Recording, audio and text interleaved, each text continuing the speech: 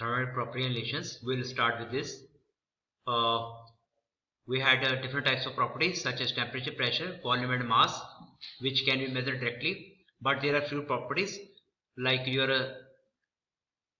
du, dh or ds, or you can say entropy, enthalpy and internal energy, which cannot be measured directly. So these properties have to develop.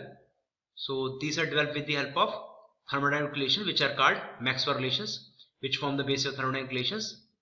So in this chapter we will discuss about these thermodynamic relations. We will also develop these properties, direct relation between Cv, Cp, internal energy, enthalpy and entropy, and then we will discuss about the fundamental relation between commonly encountered thermal properties. So this first we will start with the partial derivative and associated relations. So this is equation here showing that z is a function of x or y, means it depends on two values. So take a case, simple case, where you can say this f is a function of fx, means this f is dependent on x. So you can say this is the curve here, in which you are with the increase in x, your fx will increase. So this take the slope here at this point, suppose this at x. So you can see here from x to when your value change to x plus del x, you can say this value has changed from fx to fx plus del x. So the steepness of the curve at a point is measured by the slope of the line tangent to the curve at that point and is equivalent to the derivative of the function at that point defined. So derivative of function is limit when del x tends to 0 is equal to del fx by del x. So in this case this is your final value at x plus del x. This is your initial value at x. So fx plus del x minus fx divided by del x will give you the derivative of a function. So therefore the derivative of function fx with respect to x represent the rate of change of f with x. So this derivative is for the when your function depends on only one parameter, that is x. Now take this case when your function is dependent on x and y. Now here z depends on x and y. We will start with the partial derivatives. So this is your geometric representation of derivatives. You can see here we had fixed one term which is y. So on this plane, although z is a function of x and y, it will vary with both, but we have to fix one y. We had fixed the y. So this is the plane which we had taken. So del z by del x, we have to find the slope at this curve when your y is fixed. So this is we have to find out. So the variation of z, x, y with x when y is held constant is called partial derivative of z with respect to s and is expressed as, so del x z by del x with y when y is constant is equal to limit del x tends to 0. So del x by del x z, del z by del x with respect to y is equal to limit, so z x plus del x comma y minus z x comma y divided by del x. So the symbol del represent differential changes just like the symbol d. So they are only different in that the d represents the total differential change of a function and partial and reflects the influence of all variables, where del represent the partial differential change due to the variation of a single variable. Note that the changes indicated by d and del are identical for independent variables but not for dependent variables. For example, del x y is equal to dx, but del z y not is equal to del z because z is dependent variable. So to obtain relation for differential for total differential change in z x y for simultaneous change in x and y, consider a small portion of surface z x y shown. When the independent variables x and y change by del x and del y respectively, the dependent variables del z changes by del z, which can be expressed as, so you can see here now del z is equal to z x plus del x comma y plus del y minus z x comma y, means from here to initial position is z del z x y and final position is here which is x plus del x and y plus del y. So we have to find the change. So adding and subtracting this quantity in both x comma y plus del y here. So when you combine these two, so here you can see y quantity is fixed, this value is fixed, y plus del y is fixed, y plus del y is fixed. It means only x is changing. So it means this quantity, if you multiply by del x and divide by del x, so this quantity will change of variation of your z with respect to x. So it means it is del z by del x with respect to when your y is constant. And the same here, you can see here your x is same here, x is same here. So it is change of, you can say, del z, change in del z with respect to y when x is constant. So this can be represented when you take the limit to 0, and using definition of partial derivatives we obtain dz is equal to, this becomes dz is equal to, this is del z by del x when your y is constant, y is fixed, into this will become dx, and this is del z del y when your x is constant. So this equation is fundamental relation for total differential of a dependent variable in terms of partial derivative with respect to the independent variable.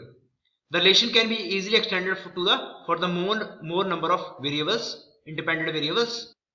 Now let us rewrite the previous equation. This you can replace by m, and this you can represent by n. So after putting this is equal to m and this is equal to n, the equation becomes dz is equal to m dx plus n dy. So where m is equal to del x by del x y and n is equal to del z by del y x. Taking the partial derivative of m with respect to y and n with respect to x yields. So when you take the partial derivative with respect to y, so this will become del square z by del x del y, and when you take with n, this will become del z square z by del y del x. So the order of differentials is immaterial for properties since they are continuous point functions and have exact differential. Therefore the two relations above are identical. So this relation is identical to this relation. So both can be equal to same. This is equal to this one. So this is an important relation for partial derivative, and it is used in calculus to test whether a differential dz is exact or inexact. In thermodynamics, this relation forms the basis of development of Maxwell relations. Now, as in this equation, you can same write for dx. As this you have written for dz, the same you can written for dx, which is equal to del x by del y with respect to del z. Z is constant into dy plus del x by del z when y is constant dz. So this equation you can write here.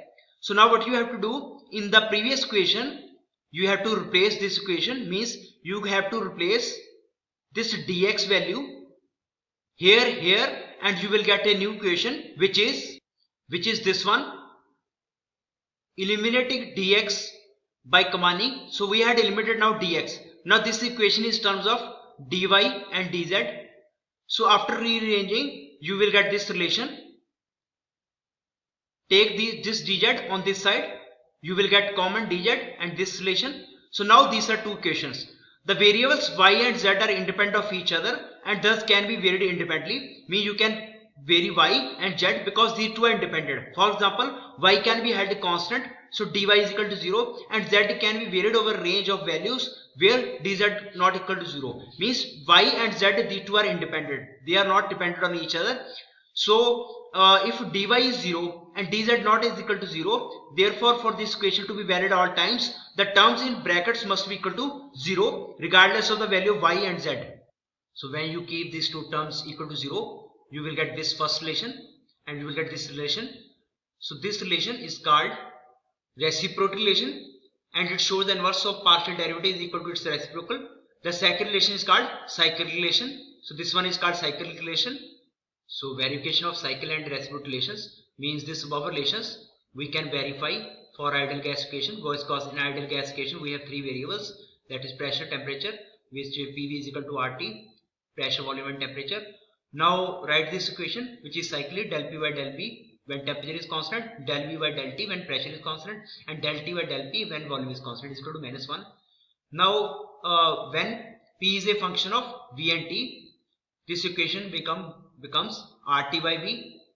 When V is a function of P and T, this equation becomes RT by P.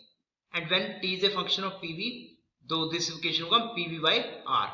So when you take the derivative by putting a temperature constant, means this value, if you have to find this value, temperature constant, take the derivative. So this will become, temperature is constant, R is also constant. So 1 by derivative 1 by V is equal to -1 by V square. So here you have to take derivative of V with respect to T when pressure is constant. This pressure is constant. When you take the derivative, you will get only R by P. And when you take temperature derivative with respect to pressure, means when you take this derivative with respect to volume, you will get only V by R, because so derivative of this P raised to power 1 is equal to 1. So it is V by R.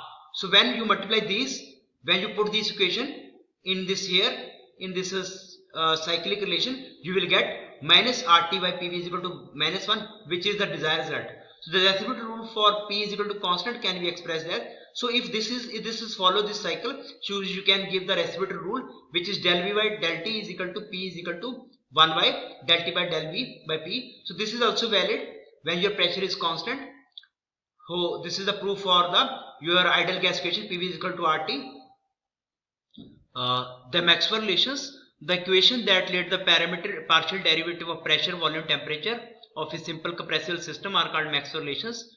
They are obtained from Gibbs equations by using the exactness of the differentials of thermodynamic properties. So two of the Gibbs relations were derived, that is du is equal to TdS minus PdV and dH is equal to TdS plus VdP.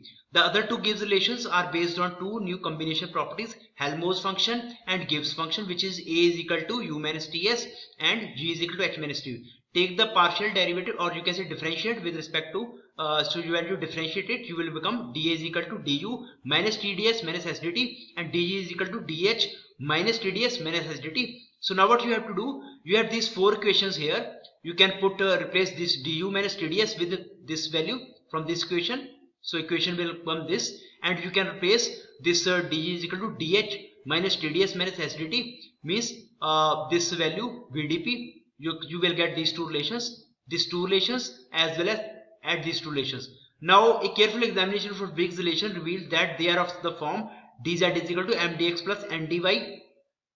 So now you can for these relations you can solve for the U, H and A and G are the properties and does have exact differential. So you can apply this equation to these equation to the equation as mentioned above, Gibbs relations as well as these these function relations. So after solving you will get, so in this relation this is your M and this is your N. In this relation this is M, this is N. So you can write in this form del M by del Y, means you can write here del S by del V when temperature is constant plus del P del V by del T when pressure is constant, means for this equation, and for this equation you can write as del S by del P when temperature is constant, and for this you can write as del V by del T when pressure is constant.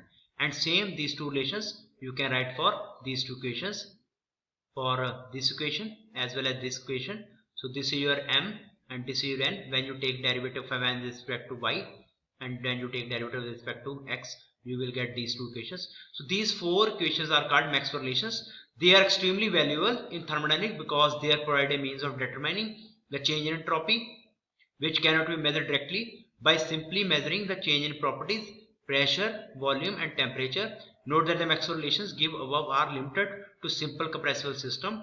However, other simulations can be written just as easily for non-simple systems. So these are the four Maxwell equations. From there you can find the entropy, or you can say all the property charts and tables are derived from these relations. So you know what is the change in entropy with respect to pressure when temperature is constant, and if you know the change in volume, change in temperature and change in pressure, you can very well find the change in entropy also. Means if three parameters are known, you can find the fourth one parameter. So this is up to here about the Maxwell relations. Subscribe this channel, like this video, and thank you for watching this video.